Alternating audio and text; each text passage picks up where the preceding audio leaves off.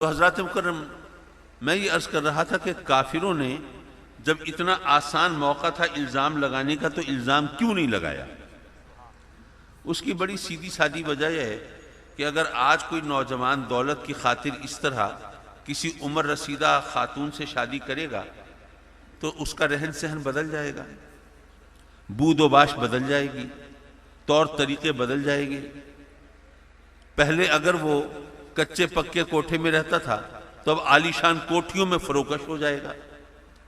पहले अगर बोसीदा लिबास पहनता था तो अब शायद बहुत शानदार लिबास भी दोबारा पहनना उसे गवारा ना हो।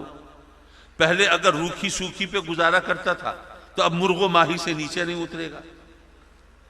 अब वो अगर पहले खुद अपने काम अपने हाथ से करना उसकी मजबूरी थी, अब नौकरों की फौज जफर मौत पर हुक्म चलाना उसके लिए बाइस फख्र होगा। लेकिन सवाल यह है कि मेरे आका करीम की शादी हुई सैयदा खदीजतुल कुबरा से, तो क्या आपकी रिहाइश बदल गई? क्या खुराक बदल गई? क्या अंदाज बदल गए? क्या बदला है?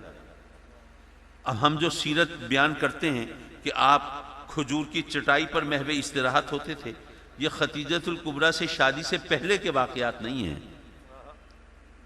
हम जो बताते हैं कि आप पैबंद लगे कपड़े जेबतन फरमाते थे और अपने हाथों से खुद पैबंद लगा लिया करते थे, अपनी नालैन पाक को खुद मुरम्मत फरमा लिया करते थे, सरकार जौ की रोटी पे गुजारा फरमाते थे, अगर वो भी मयसर न होती थी शिकम मुबारक पे पत्थर बांध लिया करते थे। ये तमाम बातें खदीजतुल कुबरा से शादी के बाद की हैं। गारे हिरा में तशरीफ ले जा रहे हैं, खाने के लिए लेके जा रहे हैं सत्तू और खजूरें जो गरीबों की खुराक है। खुश गोश्त के पार्चे भी हुआ करते थे, वो पनीर का एहतमाम भी होता था, वो ड्राई फ्रूट भी होता था, ये विटामिन से भरपूर ग़िज़ाएं भी होती थी, लज्जत कामो दहन का सामान भी होता था। अमीर और गरीब की खुराक का फर्क उस वक्त भी हुआ करता था। लेकिन आका गरीबों का खाजा लेके जा रहे हैं। सवाल यह है वो दौलत गई कहां? भाई जिसका इतना चर्चा है सीरत की किताबों में, जिसकी खातिर बड़े बड़े रईस सैयदा खदीजतुल कुबरा को वो शादी के पैगाम भेज रहे हैं, वो दौलत कहां गई? पुराना जमाना है, वो शेयर मार्केट नहीं है, स्विस बैंक्स भी नहीं है। मेरे आका करीम किसी बिजनेस के अंदर कोई स्लीपिंग पार्टनर भी नहीं है। दौलत कहां गई? अच्छा, मेरे आका करीम तो नबी हैं, नबी की विरासत तो तकसीम नहीं होती, लेकिन सैयदा खदीजतुल कुबरा तो नबी नहीं है और मेरे आका करीम की चारों साहबजादियां उन्हीं के बतन से हैं। तो क्या उनको विरासत में वो दौलत मिली है? यारो जरा सोचो, खातून जन्नत का जहेज तो सुना होगा आपने कैसा था। फिर वो मंजर भी याद कीजिए जब सैयदा फातिमा ज़हरा हाजिर होती हैं आका करीम की बारगाह में एक गज़वे के बाद के कनीज़ें आई हैं और गुलाम आए हैं। अर्ज करती हैं कि आका वो चक्की खुद पीसती हूं ना, तो बाबा जान वो जरा हाथों में गट्टे पड़ जाते हैं, पानी खुद भर के लाती हूं ना, शानों पे जख्म बन गए हैं, एक कनीज मुझे भी अता फरमा दीजिए।